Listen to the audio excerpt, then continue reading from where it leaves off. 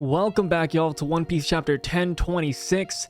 We had a break last week, but we are back at full throttle for this week's chapter, and Oda was not holding on them brakes this week, let me tell you that. This chapter single-handedly would solidify the fact that Luffy is YONKO level, or by the end of this arc, he is definitely going to be YONKO level. So without further ado, let's hop right into the chapter. We'll start from the beginning and then work our way onto the end. So we start off with the first couple panels being dedicated to Tenguyama and Toko. I thought it was a little bit silly at first, but I feel like it's Oda's way of telling us, hey, don't forget, there's people that are celebrating the Fire Festival right now that know that the Alliance raid is going on. So right when Onigashima starts cutting through those clouds and everybody starts panicking, they don't know what the heck is happening, we have Tenguyama there to tell everybody the gist of it all. He and Toko will stand above the crowds and give everybody the gist of what's going on. He'll say, hey, there's a pirate out there named Luffy, he's fighting for your freedom, Momonosuke is actually alive and he is fighting for your freedom, and look, there they are right there. You see the giant dragons fighting, you see Luffy taking Kaido down, and then the crowd goes wild. What better day to celebrate a fire festival than today? But that's all speculation, and that's the only real role I can see Tenguyama playing right here. So cutting past Tenguyama, we go straight back up to the rooftop fight, and I just have to say, if I was Kaido and if I won this fight, I won the war, and Luffy is down and defeated, the first thing I would do is I would get rid of the Marys. I would send them down to the fire festivals like, hey, you are no longer part of the Beast Pirates anymore, or I'm gonna assign you to a different job, because they have done nothing but demoralize their own people. They're spreading negative news. It is just so bad.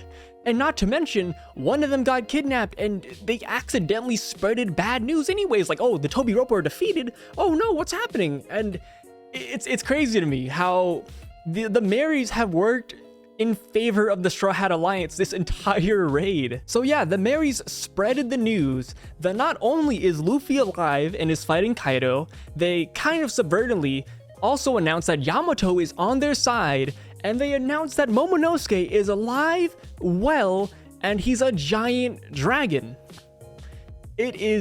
It's crazy. You would think that they'd be like, oh, let me turn this off real quick. Like maybe Kaido won't like this, and just start winding that down. But no, they go full throttle. They're up there, and oh man, dude, the hype the samurai felt, the hype that Luffy's crew felt, and Zoro and Sanji, they're just smiling. They know what was up. They knew Luffy would come through. The Straw Hats knew Luffy would come through, but the samurai had to hear it. They had to hear that Momonosuke was alive, that he's well, and that the fight is still going on. And boy, is the fight going on. Dude, okay. So, on this fight, Luffy whispers something to Momonosuke. We don't know what it is quite yet.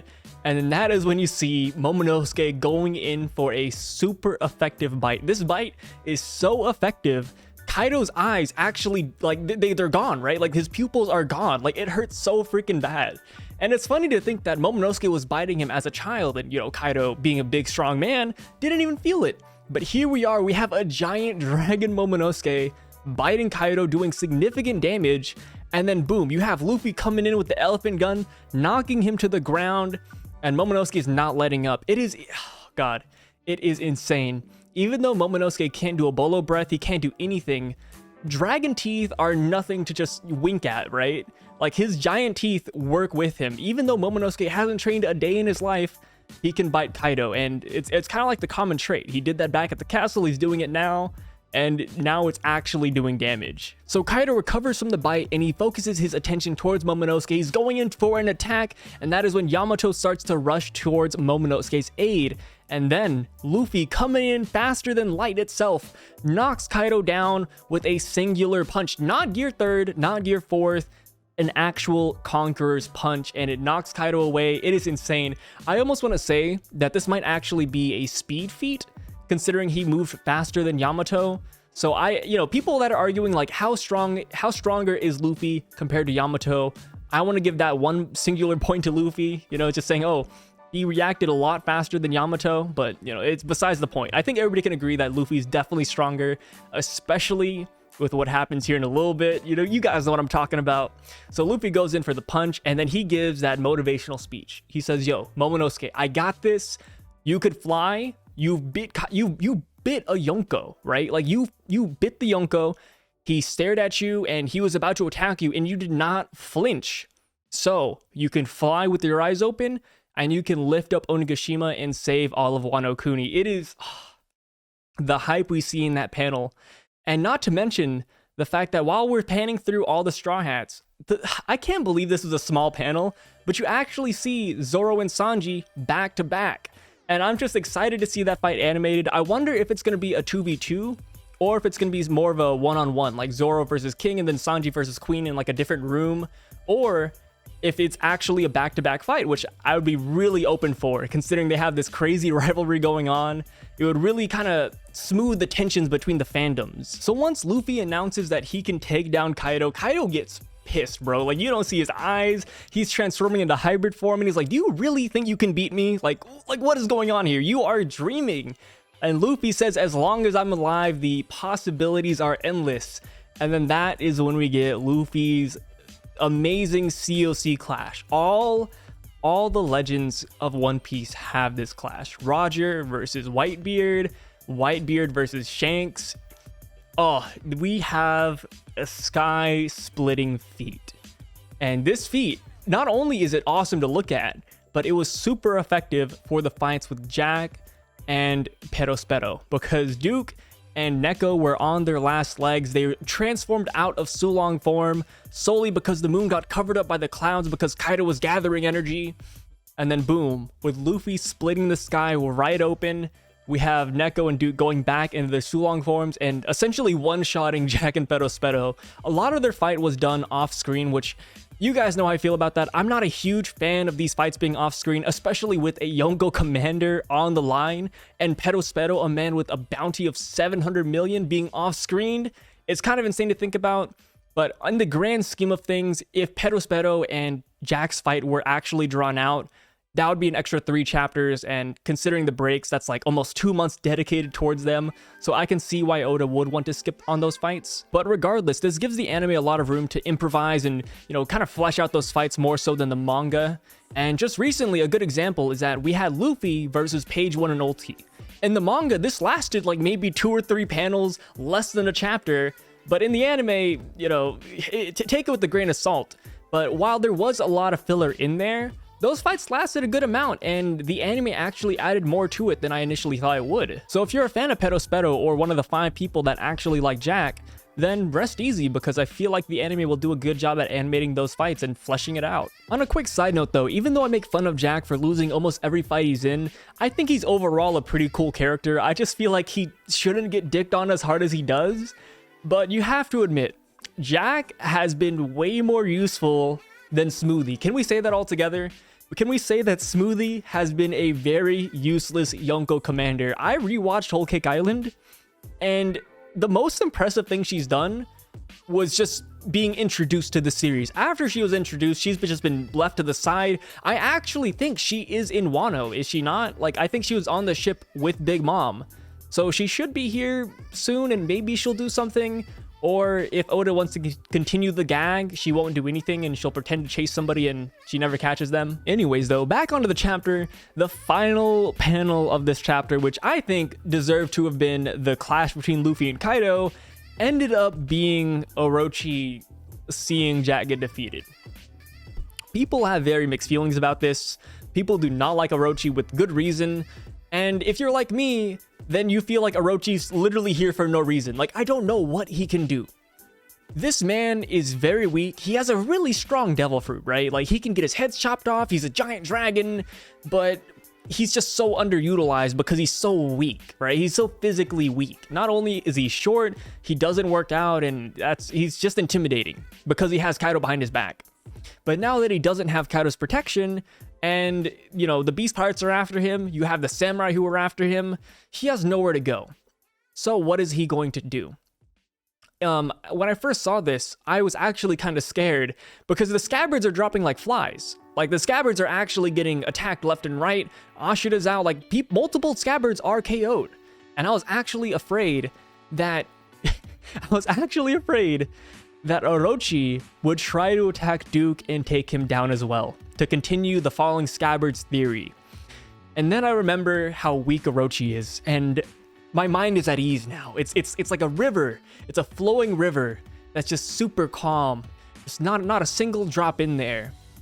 And yeah, Orochi cannot beat Duke, he can't beat Neko, even though they're wounded. Even at a Sulong form, I still feel like Duke will take him on and beat him. So I don't know what Orochi's gonna do. The only thing I can assume that he would do is try to take somebody important hostage, because he wants to get out of this situation. He does not want to be here. He has no allies. So the best thing he can do is probably take Momonosuke as a hostage, which we all know cannot happen anymore, considering he is now a 28-year-old man and a dragon the size of Kaido. So the real question is, who will Orochi take hostage? Which leads me to my next theory. If you have been following me for a while now, you know that I'm a big fan of Orochi versus Usopp. And I feel like if Orochi does take a hostage, this would further that theory that Usopp is going to be the one that takes down Orochi. Imagine, it could be exactly like the Spandam situation in Eni's lobby, where Spandam takes Nico Robin hostage, and then boom, Usopp from across the world no-scopes him, and then he releases Nico Robin. I can see that happening right here. Orochi takes a hostage, he's sailing off, and then observation side Usopp snipes maybe all 7 of his dragon heads, or just his singular head, and then boom, Usopp saves the day. Not only did he take down 2 of the Tobi Roppo, not only does he have Conqueror's Haki, he might actually have it later on, but right now it's presumed that he does, but he also takes down the Shogun of Wano. God Usopp has transcended. He will be the heavenly divine sniper God Usopp. So 2 final things before I end this video, but I want to go back to the clash between Luffy and Kaido, because that was insane. I saw that, I was losing my mind. I cannot believe that Oda drew that in such a small panel. It makes sense because the next panel is a giant one of the sky being ripped open, but God, that clash, Luffy and his sandals have withstood a full power COC attack from hybrid form Kaido. Luffy not only took that attack, but he is confident that he can beat Kaido. He announced it to everybody. Luffy has gone down and lost to Kaido on 2 separate occasions. When Luffy loses twice to an enemy, the 3rd time he beats them. This happened with Crocodile, this happened with I think just Crocodile, but that's a good way to put it, right? Like, he goes down, he loses, and then he gets back up and he wins. Happened here, happened at Eni's lobby, and what is next, bro? Luffy is gonna take down Kaido, and I was going through the bounties on the wiki page a minute ago, and I was like, wow, Kaido has a bounty of over 4 billion berries. That is a number I would not have thought possible when I first started One Piece. And here Luffy is about to take this man down. Not only that, Zoro and Sanji fighting back to back. They're going to take down King and Queen. It's literally, I'm just going to give them the W, because we know what's going to happen. We know that Zoro has the ability to take down King. Sanji, I love Sanji. So in my heart, I want to believe that he can take down Queen. So Luffy will get a bounty of at least 3 billion berries. Zoro and Sanji are going to be propelled past the billion. And I think that realization is finally sinking into me. And it's actually kind of insane to think about, because we are in the end game of One Piece. Like, after this, we might have 3 arcs left. And then, bro, that's like the end of the series, possibly. And that's kind of crazy to think about. It's like an existential crisis being set upon me. But yes, I think the clash was insane. It's super cool. And this solidifies that Luffy is Yonko level. Anybody who doubted that, here's your proof. He is doing something that Yonkos do. And not only that, but he's doing that against a full power Kaido, a full power hybrid form Kaido. And this is something that Shanks have done, this is something that Whitebeard did, and this is something that Roger did. And Luffy can now be listed on that list of A-list celebrities of One Piece, right? It's crazy. Luffy came into this arc at a first Yonko commander level, and he's leaving at near Kaido level. And that's crazy. Anyways, the last thing I want to talk about, sorry, I use a lot of crazies because it's just mind-blowing chapter. The last thing I want to talk about is Big Mom. Kid and Law are currently fighting Big Mom, and they look like they're at a stalemate, mainly because we haven't seen that fight. It's being off-screened, and I hope that doesn't continue. If Big Mom takes that L, if Big Mom loses, we need to see that. They cannot treat them like Jack and Perospero. They cannot do that with Big Mom. So this leads me to the next thing. What is going to happen to Big Mom? Do you guys think that Kid and Law can actually beat her? I want to think that they can, solely because Kid is supposed to be the opposite version of Luffy, right? We can all agree that he's the bad boy Luffy. So if Kid wants to stay on that playing field, if Kid is supposed to be one of Luffy's rivals out there, like his rival pirate group, Kid should be able to take down, or at least do some heavy damage on Big Mom to where she has to leave. So do you guys think Big Mom would be taken down, or do you think she will retreat willingly?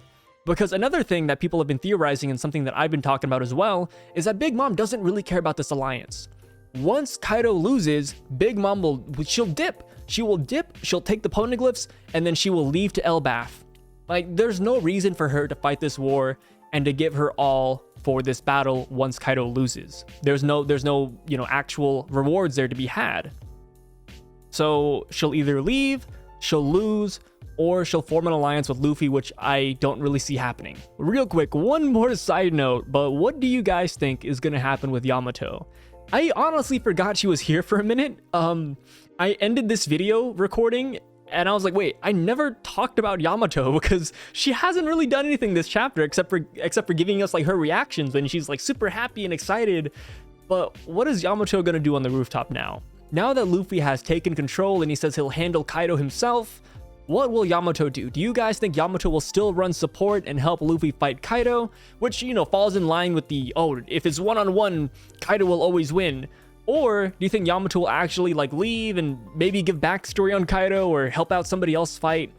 But all the fights around Onigashima are currently under wraps. The only person that's left unaccounted for is Orochi, and I think Yamato's talents would be very wasted on Orochi. It wouldn't even be a fight at that point. It would be a straight up slaughter. So anyways, guys, those are my thoughts on this chapter. I think this chapter was crazy hype. I am super excited to see what the next chapter has in store for us. If I had to guess, crossing my fingers here, if I had to guess, I want to say the next chapter is going to be Zoro and Sanji versus King and Queen.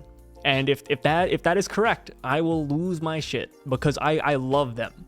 Zoro and Sanji fights are super entertaining, and we all know that Sanji needs some more fights, man. Like his last important fight, I keep on saying this, it was Jabra from freaking Enies Lobby. Other than that, he had fodder fights. Zoro at least had a couple good fights here and there, and they were important people. So they need this. They need to have a really good fleshed out fight. It cannot be off screen. And I am super excited because Luffy can't beat Kaido without Zoro and Sanji beating their commanders. So with that being said, y'all, how many chapters do you think is actually left in Wano before Kaido goes down? If I had to guess, I'd say 12 chapters at the most and 10 chapters at the very least. And that's like what, 4 months? So in 4 months, we'll finish this fight and we will see some crazy revelations. My favorite part about ending an arc isn't just the fights, but it's seeing what happens in the newspaper afterwards, seeing the bounty update, seeing what's happening around the world, and just seeing everybody's reaction towards Luffy taking down a Yonko. This will be insane. So anyways, guys, thanks for watching the video. If you're new here, please consider liking and subscribing. It really means a lot. And yeah, that's pretty much it, y'all. I'll catch you guys next week because there is no break.